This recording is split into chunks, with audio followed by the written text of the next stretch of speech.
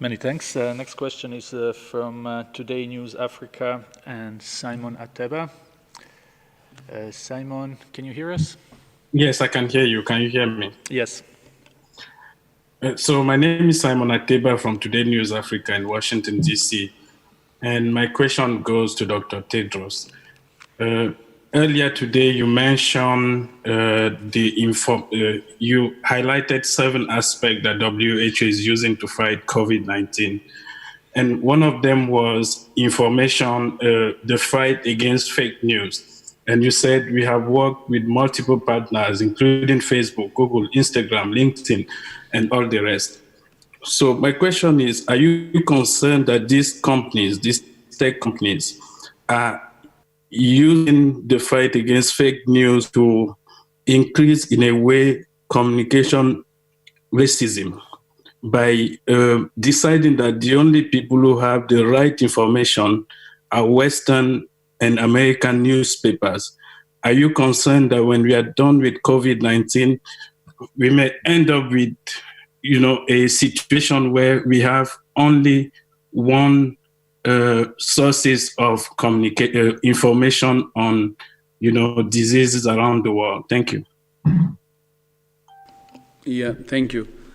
First of all, as I said earlier today, I would like to again use this opportunity to thank all these tech industries for their support. And the way they're fighting the infodemics is by routing any questions that come to reliable sources. One is WHO, as you know, and others are local health authorities, reliable local health authorities.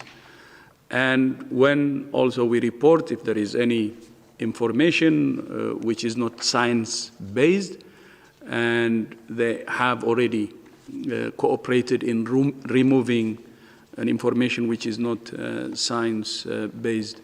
So this is the way they're operating, and we believe that channeling people to WHO website or reliable local health authorities is actually the right thing to do so that people can get the right information. As you know, in addition to that, we have started a WhatsApp application, and in just a few weeks, as soon as we started, millions have joined, and we're managing to give them direct information which can help them to understand what COVID means and how they can protect themselves and also protect others. So that's how they're helping us. But not only that, they have also provided resources in terms of funding to the Solidarity Trust Fund. And these tech industries, by the way, are not just from the West only, but we have also from Asia, and they're cooperating. And I think this cooperation should actually be the foundation for even a stronger cooperation in the future. But I would like to use this opportunity to appreciate their support. It's a great, great support. Thank you. And if I could maybe just expand slightly, because the DG referred very much there to the tech companies who've been working very closely with us. But there is actually also a much broader movement that's been working with us in order to counter misinformation. We've been working through the EpiWin network, which is a network for information and epidemics that involves thousands of individuals, communities, health and trade organizations, employers organizations, trade unions, food and agriculture organizations, faith-based organizations, youth organizations all over the world. And we've been engaged directly with them in promoting health, tracking the infodemics, picking up from them the questions they're getting from their communities, and directly addressing and engaging on the difficult questions and sometimes the complex questions that different communities are asking, because we have to recognize that each community, be it geographic, be it ethnic, be it based on interests, be it age, have different concerns at different times and ask questions and need information presented to them in different ways. And we've really worked hard at WHO to move away from the static guidelines approach and producing one-size-fits-all for information and becoming much more dynamic in our direct engagement with people's concerns. and it's to the great credit of the many partners who work with us and many of our internal staff who, science isn't just about lab science. Science isn't just about equations and algorithms. Social science is about understanding social dynamics, understanding messaging, understanding human communication.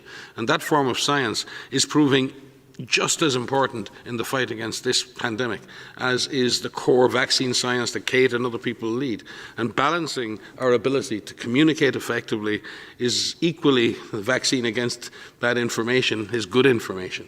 And in that, I think for the first time ever, this organization has produced over 130 risk communication products that are not in the form of guidelines. They're in the form of videos and animations, Mythbuster articles and infographics, living frequently asked questions that are updated on a minute-to-minute basis. So as soon as we detect particular questions being asked by the global citizens, we see those questions coming on the internet, we immediately develop answers to those questions. So rather than waiting 3 weeks for bad information to spread, we try to engage much more directly to amplify good messages.